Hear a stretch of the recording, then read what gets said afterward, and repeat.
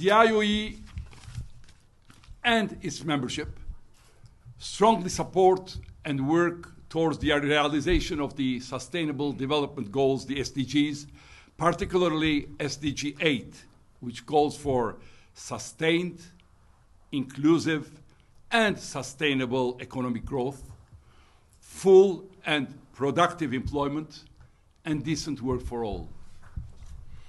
Africa's potential and growth have been described as lions on the move, enjoying high growth rates and reaping the dividend of a young population of 200 million. African economies are called lions on the move in view of their great potential. It is business who is driving growth, job creation, and development. This Enterprise Forum, and particularly also the Stars in Africa Summit tomorrow, are testimony of the tremendous contribution of African companies, startups, and entrepreneurs to the development of the continent. We celebrate this innovation and entrepreneurial heroes in the next days.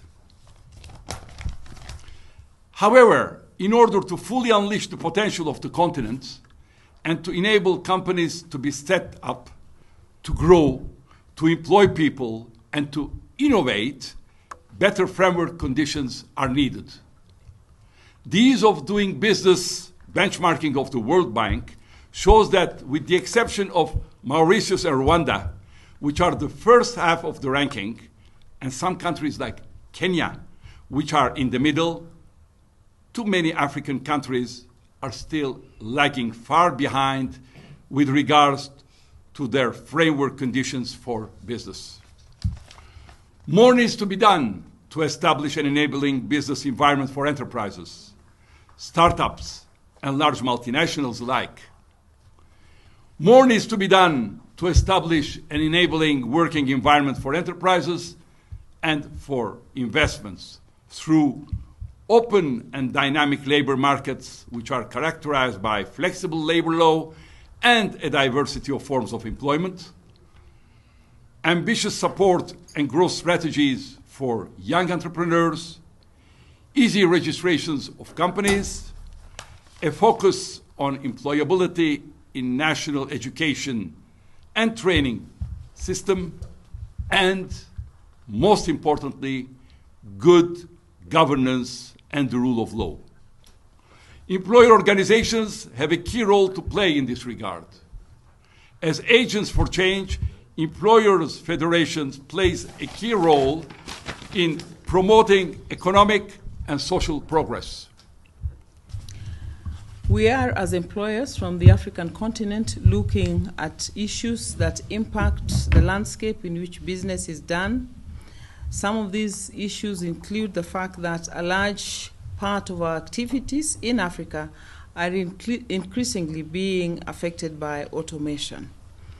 The World Economic Forum 2017 executive briefing on the future of jobs and skills in Africa predicted that 41% of all activities in South Africa, for instance, are open to automation, as are 44% in Ethiopia, 46% in Nigeria, and 52% in Kenya. So automation is a key issue.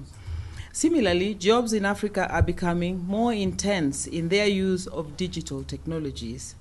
In addition, we observe that jobs in Africa are becoming more intense in their use of digital technologies. On average, ICT intensity in the countries I mentioned in South Africa, for instance, increased by 26% in the last 10 years, while 6.7% of all formal sector employment in Ghana are impacted by ICT, and in Kenya, the figures are even higher. So the use of ICT will be instrumental in how work is done, and we must then impart these skills, not just on the youth, but even the older generation, to be able to enhance our productivity levels. Another issue of concern is the need for us to have right skills to meet the emerging labor needs, which is a concern for employers. Employers' worry is whether or not we are actually developing the right skills to meet this new normal in the use of digital technology and ICT in the world of work.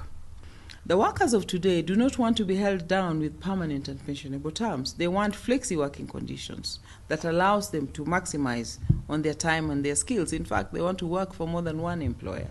How will we change the contractual arrangements that we have in Africa to address this new demand?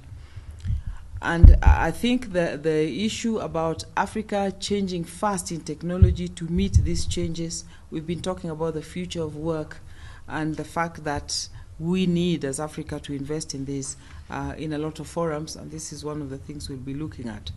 One of the criticisms we have and why we are struggling with creating jobs is that people are still stuck on the old labels. We have this labeling of standard forms and non-standard forms of work. That's very old labeling. What is that?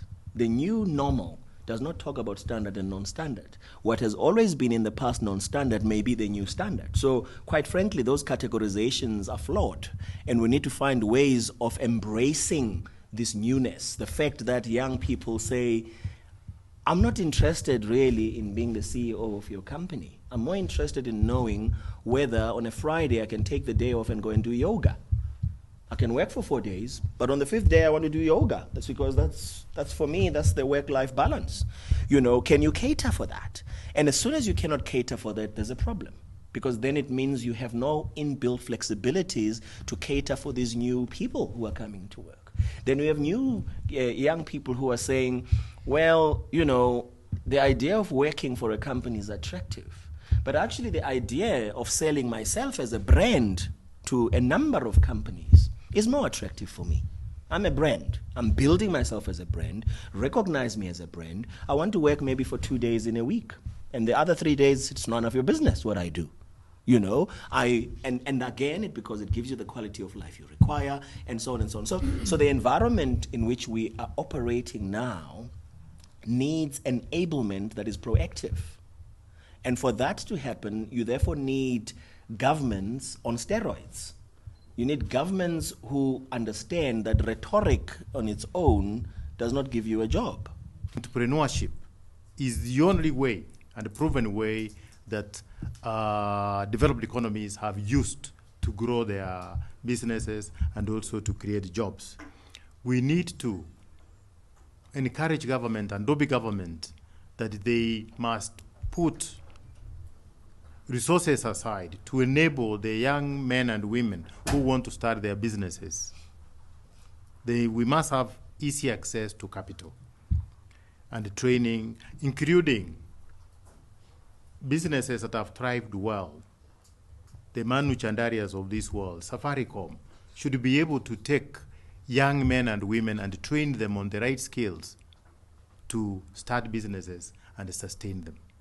If we have to tap the huge opportunities that are available in the African continent, then we must allow free movement of labor and businesses across the continent.